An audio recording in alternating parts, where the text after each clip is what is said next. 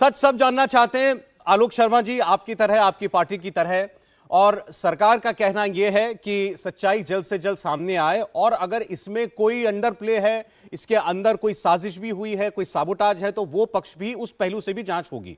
इसीलिए सीबीआई को जांच दी गई है ताकि हर एस्पेक्ट से इसकी जांच हो सके। कांग्रेस पार्टी का विरोध क्यों है सीबीआई जांच से? देखिए, उसका सीधा सीधा कारण है सीबीआई का जो इतिहास है। सबसे पहली तो वही चीज़ है। इस समय पर सीबीआई के डायरेक्टर अपनी पेंशन नहीं ले पा रहे हैं पुराने वाले, सीबीआई के कार्यालय को दिल्ली पुलिस जाकर घेर लेती है।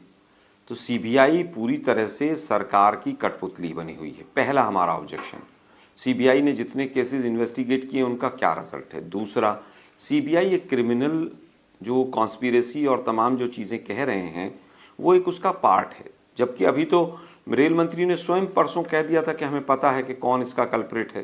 तो सीबीआई को क्यों परेशान कर रहे हैं जब रेल मंत्री को सब कुछ पता है? तो टेक्निकल जो भी स्किल्ड है जो चाहिए उस चीज़ के लिए मुझे नहीं लगता सीबीआई के पास है।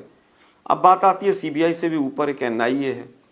2016 में कानपुर में एक एक्सीडेंट हुआ, 150 लोगों की मृत्यु हुई और जांच एनआईए को दे दी।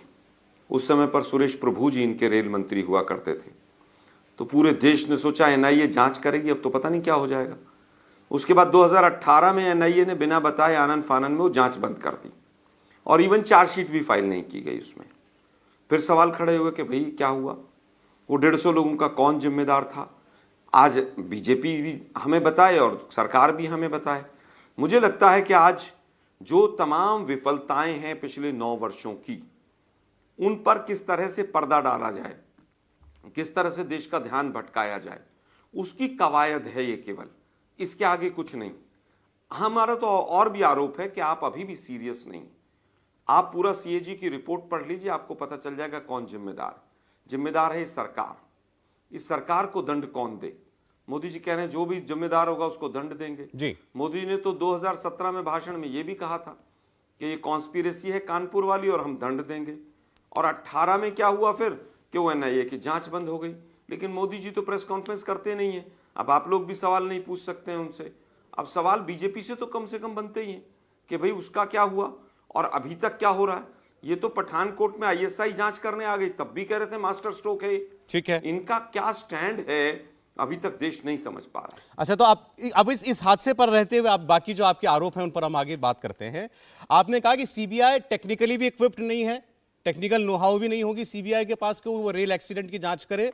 दूसरा, सीबीआई की आपने कहा कि ऐसा ट्रैक रिकॉर्ड भी नहीं है कि वो उसकी जांचें जो है किसी निष्कर्ष तक पहुंची हों। जैसा जयराम रमेश कह रहे हैं के शर्मा जी कि ये हेडलाइन मैनेजमेंट है।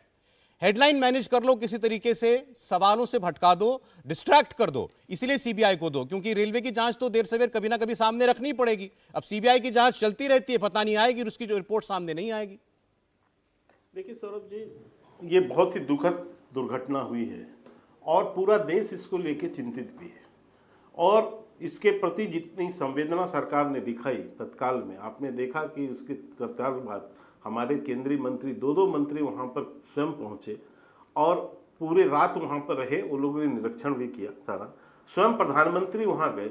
हमारे राष्ट्रीय अध्यक्ष नड्डा साहब ने सारे कार्यक्रम स्थिति ने स्थगित करके सारे कार्यकर्ताओं से अपील किया कि वहाँ के जो हताहत लोग हैं उनकी कैसे सेवा करें, कैसे उनको सहयोग पहुँचाएं। ब्लड डोनेट करना है तो ब्लड डोनेट करें, भोजन की व्यवस्था करनी है, तमाम तरह की सहयोग के लिए जो है अपील की गई। और तमाम तरह के कार्यकर्ताओं ने और आम जनता ने भी वहाँ बढ़ चढ़ के जो है हताहतों के लिए सहयोग किया वहाँ पर, और सारा कुछ हुआ।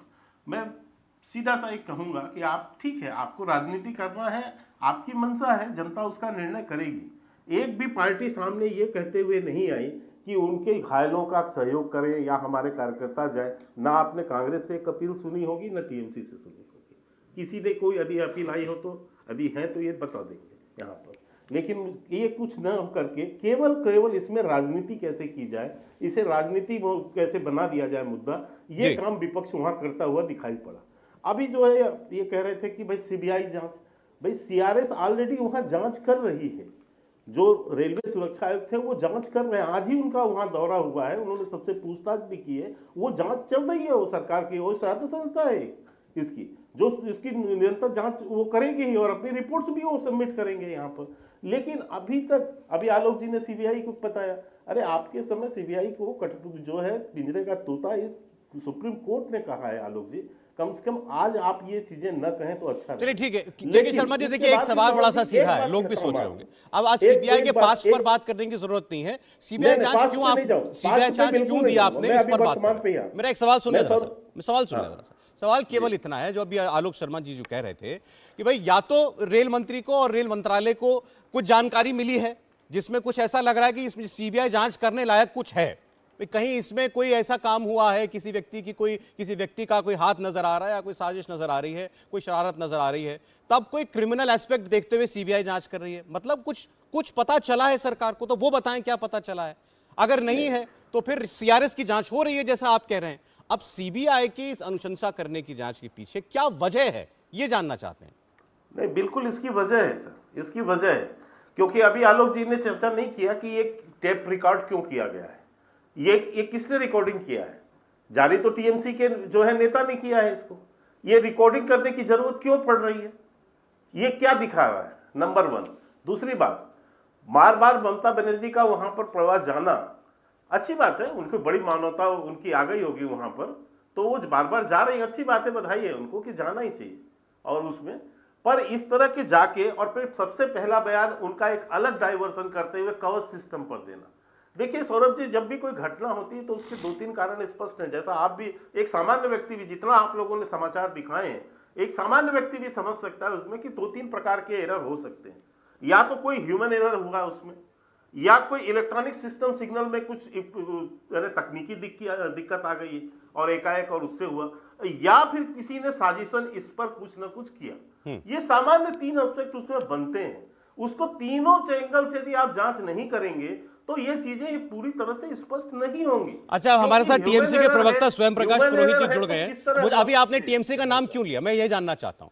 मैं इसलिए लिया क्योंकि टीएमसी का नाम इसलिए क्योंकि ऑडियो टेप को जारी करने के पीछे इनकी सोच क्या है, इनकी सोच क्या है, ये स्पष्ट करें। अभी यहां पर बैठे उनके प्रवक्ता, वो बताएं इस बात को कि वो जो जिस तरह से राजनीति भी कर रही है ममता बनर्जी जी, और जिस ढंग से वहां पर इस तरह के टेप भी जारी कर रही है, मैं पूछता हूं, इसके पीछे उनकी सोच क्या है?